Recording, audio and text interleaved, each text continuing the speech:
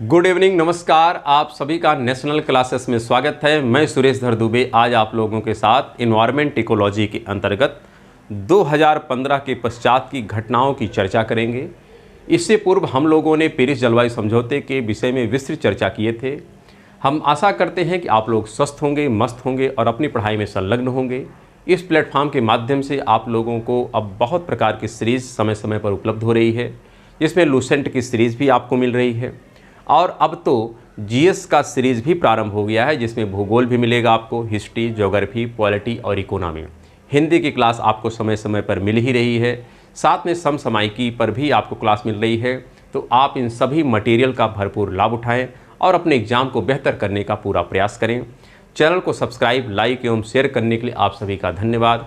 यदि आपने अभी तक चैनल को सब्सक्राइब नहीं किया तो चैनल को सब्सक्राइब करें, लाइक करें एवं प्रमोट करें, जिससे प्रत्येक वीडियो का नोटिफिकेशन आप लोगों तक समय समय पर उपलब्ध हो सके।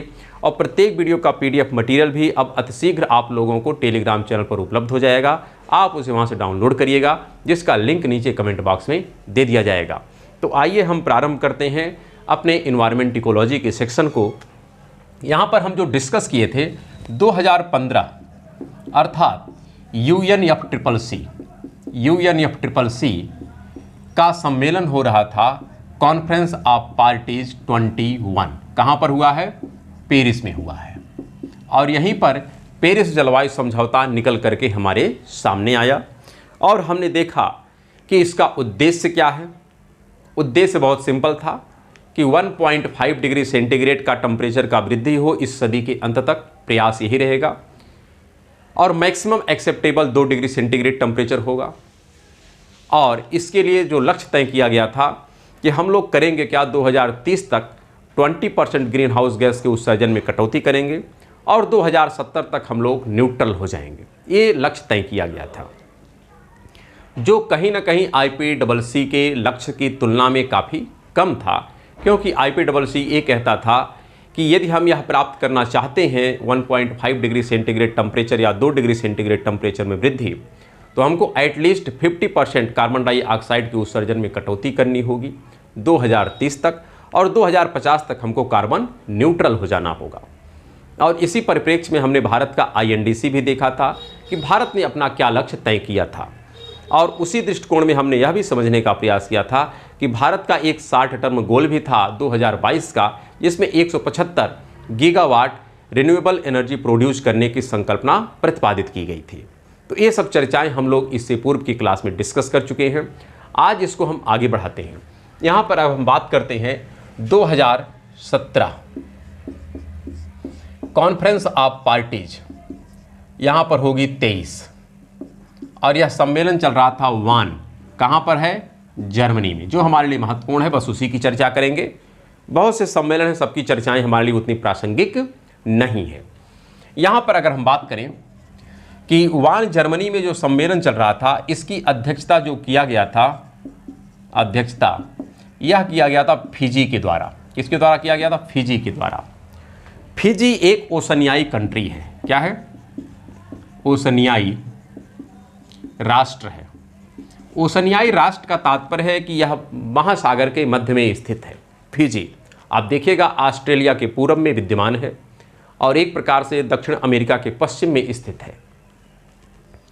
यहाँ पर फिजी से अध्यक्षता कराने के पीछे यह संकेत था कि इस प्रकार से बहुत से राष्ट्र इस धरती पर विद्यमान हैं जो कहीं न कहीं जलवायु परिवर्तन रूपी समस्या से जूझ रहे हैं और इनका अस्तित्व संकट में है। ये भविष्य में जलमग्न हो सकते हैं, डूब सकते हैं, क्योंकि जलवायु परिवर्तन का परिणाम ये होता है कि बर्फ़ पिघल रही है लगातार, जिससे सी लेवल हमारा राइज हो रहा है और समुद्र का जलस्तर जब बढ़ता है तो तटवर्ती और द्वीपीय क्षेत्र लगातार जलमग्न हो रहे हैं। उसी के दायरे में आपका फिजी भी आता है। तो यहाँ पर फिजी से अध्यक्षता कराने के पीछे उद्देश्य ही था। और फिजी ने यहाँ पर एक डायलॉग दिया जिसका नाम था तना लोआ डायलॉग, तना लोआ संवाद। यह संवाद देने के पीछे उद्देश्य क्या था? उद्देश्य बहुत सिंपल था। 2015 में पेरिस जलवायु समझौता का प्रस्ताव लाया गया और 4 नवंबर 2016 को जाकर के यह प्रस्ताव एक्टिवेट हुआ। और एक्टिवेट ही हुआ कि उसके कुछ ही समय पश्चात US ने इस प्रस्ताव से अपने आप को अलग कर लिया। जो एक बहुत चिंता का विषय बना कि अगर इस प्रकार से कोई भी जिम्मेदार राष्ट्र अपनी जिम्मेदारियों से अगर मुक्त हो रहा है तो कहीं न कहीं यह वैश्विक पटल पर एक गलत एग्जाम्पल सेट कर रहा है। तो इसी को कहीं न कहीं हाईलाइट करने के लिए फिजी ने एक डायलॉग दिया जिसका नाम था तनालोवा संवाद। यह तनालोवा जो एक प्रकार से हम कह सकते हैं मैकेनिज्म है फिजी की जनजातियों में, जिस माध्यम से वे अपनी किसी भी समस्या का निदान करते हैं या किसी भी विषय वस्तु पर अगर कोई निर्णय लेना होता है तो वे लोग इसी तनालोवा विधि से निर्णय लेते हैं। तनालोवा विधि कुछ और नहीं बल्कि क्या है, एक पंचायत रूपी मैकेनिज्म है जिसमें क्या होता है, सब लोग अपने पक्ष को रखते हैं और उसके पश्चात सर्वसम्मति से निर्णय लिया जाता है कि क्या उचित है और क्या अनुचित है। तो यहाँ पर फिजी भी यह कहना चाहता है कि यदि मान लेते हैं किसी राष्ट्र को अगर इस पर्टिकुलर पेरिस जलवायु समझौते के किसी भी पहलू से अगर किसी प्रकार का कोई मान लेते हैं उसको व्यवधान उत्पन्न हो रहा है या उसके किसी प्रपोजल में कोई समस्या नज़र आ रही है तो वह उसका सुझाव दे कि इसमें क्या प्रारूप में क्या परिवर्तन किया जाए, कैसे किया जाए, अर्थात कुछ उस पर डिस्कशन होना चाहिए। ऐसा नहीं कि आप अपने मन से ही निर्णय ले लें और आप इस पूरे कहीं न कहीं रेजोल्यूशन से अपने आप को अलग कर लें, उचित नहीं था। तो यह एक प्रकार से सिम्बलाइज्ड कर रहा था यूएस जैसे राष्ट्रों को कि यदि आपके मन में कुछ ऐसी भावना आ रही है तो आपको भी क्या करना चाहिए, एक सर्वसम्मति से जो निर्णय लिया जाए आप उसमें पार्टिसिपेट करिए और आपका जो विचार हो उस विचार को आप व्यक्त करें और फिर आपको जो उचित लगे आप करें। तो यहाँ पर कहीं न कहीं तनालोवा संवाद दिया गया किसके माध्यम से, फिजी के माध्यम से, जो एक ओशनियाई कंट्री था। और ये सम्मेलन चल रहा था 2017 में, कॉन्फ्रेंस ऑफ पार्टीज 23 था। इसके पश्चात बीच में बहुत से सम्मेलन हुए हैं और उन सम्मेलनों की चर्चा अब की जाए तो कोई यहाँ पर ज़्यादा प्रासंगिक तो नहीं है, लेकिन फिर भी एकाध सम्मेलन की चर्चा और हम करेंगे और वो सम्मेलन क्या है आइए उसको समझते हैं। यहाँ पर एक सम्मेलन और हुआ है, अगर हम आगे बढ़ें तो 2018 में सम्मेलन हुआ, 2019 में सम्मेलन हुआ, कोई प्रासंगिक हमारे लिए नहीं है। ये हो गया 2024 हो गया, कॉन्फ्रेंस ऑफ पार्टीज ये 25 हो जाएगा। 2020 में सम्मेलन नहीं हो सका क्योंकि यह कोविड के चक्कर में नहीं हुआ, ध्यान रखिएगा। इसलिए सम्मेलन हुआ 2021 में और यह कॉन्फ्रेंस ऑफ पार्टीज रही हुई 26।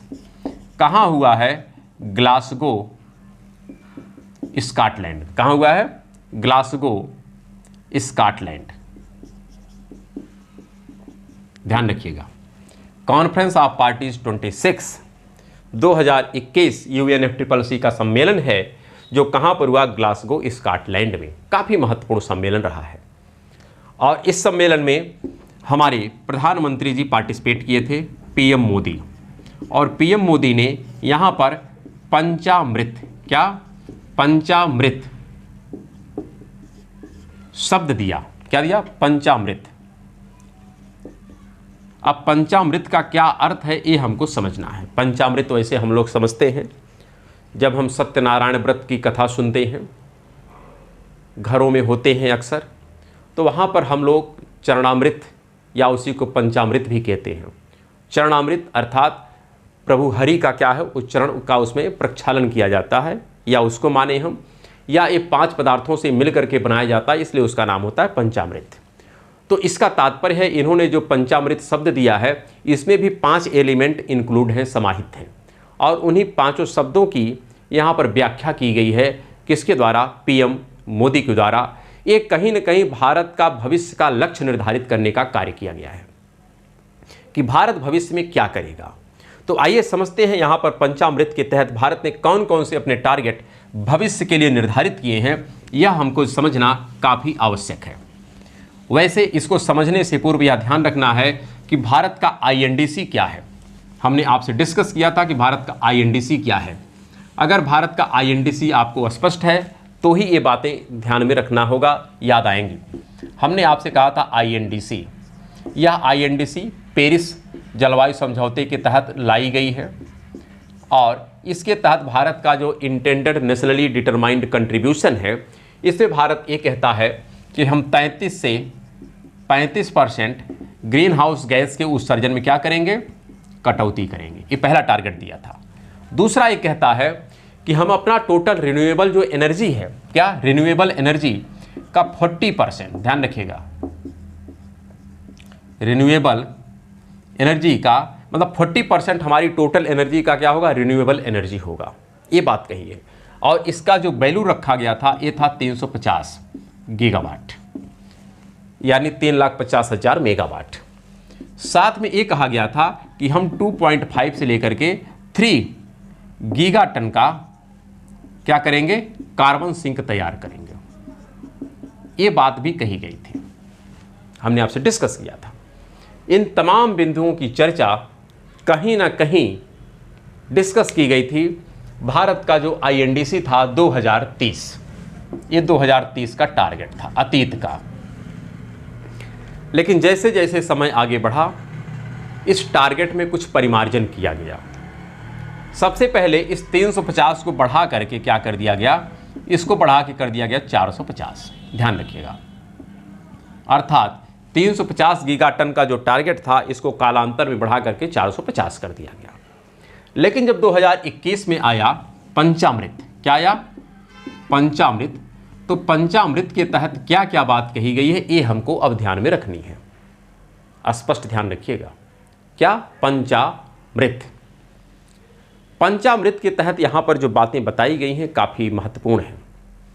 पहली बात तो यही कही गई कि जो हम कार्बन का यहाँ पर एमिशन रिड्यूस करने का प्रयास कर रहे हैं, यह हम इसको घटा के कितना कर देंगे, यह कर देंगे 40%। ग्रीन हाउस गैस के उत्सर्जन में क्या करेंगे, कटौती करेंगे 2030 तक। यह भी 2030 का ही टारगेट है। अर्थात हमने अपने टारगेट को इन्हांस किया है। अर्थात जो IPCC की रिपोर्ट कहती है कि हमको 2030 तक 50% कार्बन के उत्सर्जन में कटौती करनी होगी, भारत उसकी और ज़्यादा करीब पहुंचा है।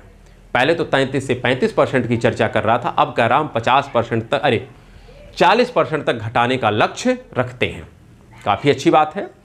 और इन्होंने कहा है कि यह अचीव करने के लिए हम क्या करेंगे, हम सबसे पहला काम तो यही करेंगे जो हमारा रिन्यूएबल एनर्जी का सोर्स है, क्या, रिन्यूएबल जो एनर्जी का सोर्स है इसको हम बढ़ा करके कितना कर देंगे, 45% कर देंगे। रिन्यूएबल एनर्जी, कौन सी एनर्जी, रिन्यूएबल एनर्जी हम 45% कर देंगे। और इसके तहत जो हमारा टारगेट है यह अब हम क्या करेंगे, इसको 500 गीगावाट कर देंगे। कितना कर देंगे, 500 गीगावाट। अर्थात जो प्रारंभ में 350 था फिर 450 हुआ, वह अब बढ़ा करके क्या कह दिया गया कि हम 500 गीगावाट अर्थात 5 लाख मेगावाट विद्युत जो प्रोड्यूस करेंगे यह रिन्यूएबल एनर्जी के सोर्स से प्रोड्यूस होगी। इसमें मैक्सिमम कंट्रीब्यूशन सोलर पावर का होगा। किसका होगा, सोलर पावर का होगा। सोलर पावर पर अलग से चर्चा हम लोग करेंगे इंटरनेशनल सोलर अलायंस के तहत, जिसकी भी शुरुआत 2015 में पेरिस जलवायु समझौते से ही की गई है। तो यहाँ पर ये बात कही गई। साथ में यहाँ पर एक बात और कही गई है, ये कहा गया है कि हमारा ये 2.5 से लेकर के 3 गीगा टन का जो यहाँ पर कार्बन स्पेस है ये तो रहेगा ही।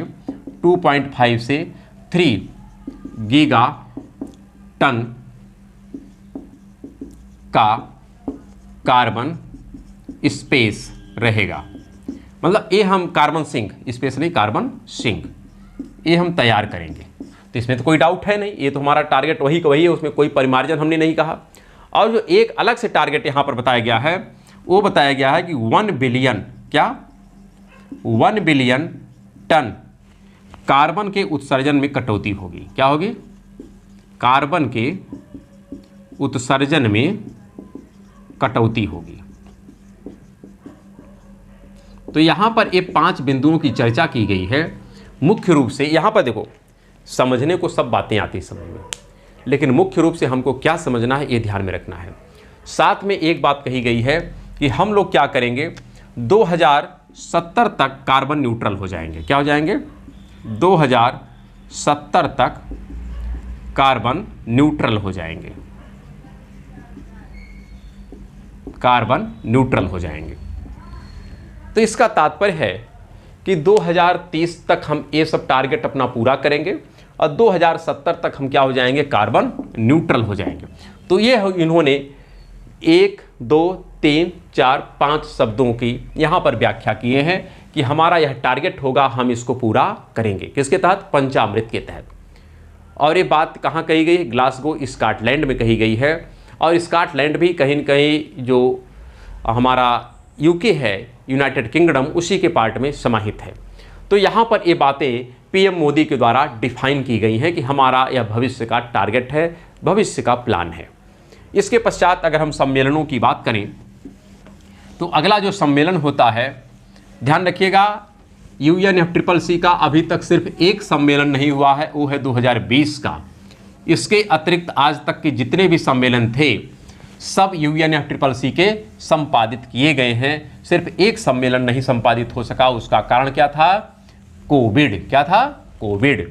तो इसके पश्चात का जो सम्मेलन हुआ अर्थात कॉन्फ्रेंस ऑफ पार्टीज, अब यहाँ पर पहले ईयर लिखें तब यहाँ पर लिख पाना सही होगा। 22 है तो 22 और 6 28, लेकिन एक कम कर दो तो 27, अर्थात कॉन्फ्रेंस ऑफ पार्टीज 27। यह कहाँ पर हुई थी, तो इजिप्ट में हुई थी। कहाँ पर हुई थी, इजिप्ट में, अर्थात मिस्र में। और यहीं पर भारतीय मंडपम का उद्घाटन किया गया।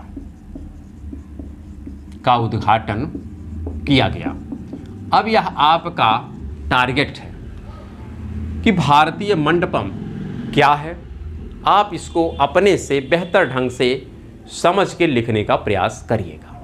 इसको हम नहीं बताने वाले, ठीक। एक छोटा सा टारगेट आप पूरा करिए। और इसके पश्चात जो अब भविष्य का हमारा सम्मेलन होने वाला है 2023, अर्थात कुछ ही दिन में संपादित होने वाला है। नवंबर चल रहा है, दिसंबर में यह सम्मेलन ज़्यादातर हो जाते हैं। नवंबर लास्ट, दिसंबर के शुरू में ही सम्मेलन होते हैं। तो यह 2023 का जो सम्मेलन है अर्थात कॉन्फ्रेंस ऑफ पार्टीज 28, यह कहाँ पर होगा, तो यह होगा आपका UAE में। कहाँ पर होगा, आबू धाबी UAE में, आबू धाबी UAE में। यह भविष्य का है। कहाँ का है, भविष्य का है। अभी इसमें क्या क्या निष्कर्ष आते हैं, क्या क्या यहाँ पर काम हुआ है, यह अभी हमको स्पष्ट नहीं है। तो आज तक की जो कहानी थी UNFCCC की, इसकी हमने जहाँ तक संभव था वहाँ तक के सरल शब्दों में आपके सामने प्रस्तुत किया है। और हम आशा करते हैं कि आप लोग समझे भी होंगे। फिर भी बहुत से इसमें अमेंडमेंट बीच बीच में होते रहते हैं और उन सभी अमेंडमेंट को आपको स्वतः करना होगा। अगर आप नहीं करेंगे तो फिर पर्यावरण का आप वास्तविक अर्थ समझ नहीं पाएंगे और पर्यावरण फिर आपका भूल जाएगा। इसलिए आपको यदि कोई टारगेट दिया जा रहा तो आप उसको पूरा करें। यदि कॉन्फ्रेंस ऑफ पार्टीज 28 हो रही है आबू धाबी में, तो आप इसको नज़रपूर्वक देखें और जब भी इसकी रिपोर्ट आए तो आप इसको स्वतः तैयार करें और अपने नोटबुक में लिखने का अवश्य प्रयास करें। तो ये बातें हो चुकी हैं। अब अगर हम बात करें, पुनः वापस लौटते हैं और 2015 में चलते हैं। कहाँ चलते हैं, 2015 में। 2015 में ही हमने कहा कि पेरिस जलवायु समझौते के साथ साथ एक और समझौता सामने आया था जिसका नाम था क्या, अंतर्राष्ट्रीय सौर गठबंधन। तो 2015 कॉन्फ्रेंस ऑफ पार्टीज 21 पेरिस। यहीं पर एक और निष्कर्ष आया जिसका नाम था अंतर्राष्ट्रीय सौर गठबंधन, इंटरनेशनल सोलर अलायंस।